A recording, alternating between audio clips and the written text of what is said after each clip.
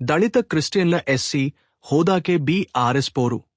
ఢిల్లీ వేదికగా దళిత క్రిస్టియన్ల హక్కుల సాధన కోసం బీఆర్ఎస్ పార్టీ కీలక అడుగువేసింది. దళిత క్రిస్టియన్లకు ఎస్సీ హోదా కల్పించాలనే డిమాండ్తో జాతీయ విచారణ కమిషన్ చైర్మన్ జస్టిస్ కెజి బాలకృష్ణన్తో బీఆర్ఎస్ ప్రతినిధుల బృందం కాసేపటి క్రితమే సమావేశమైంది.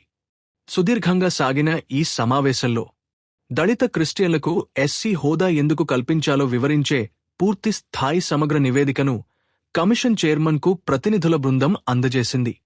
దశాబ్దాలుగా వారు ఎదుర్కొంటున్న సామాజిక, ఆర్థిక వెనుకబాటుతనాన్ని, వారికి న్యాయం జరగాల్సిన ఆవశ్యకతను ఈ నివేదికలో క్షుణ్ణంగా పొందుపరిచారు.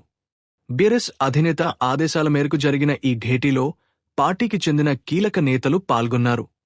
ఈ ప్రతినిధుల బృందంలో Rajya Sabha deputy floor leader Vaddiraju Ravichandra, మాజీ మంత్రి Koppula Eshwar, party general secretary RS Praveen Kumar మరియు మాజీ కార్పొరేషన్ చైర్మన్ రాజీవ్ సాగర్ ఉన్నారు.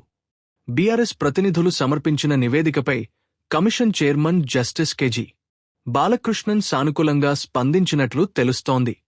దళిత క్రిస్టియన్ల సుదీర్ఘ డిమాండ్పై బీఆర్ఎస్ ఢిల్లీ స్థాయిలో చేసిన ఈ ప్రయత్నం ఇప్పుడు రాజకీయ వర్గాల్లో ప్రాధాన్యత సంతరించుకుంది.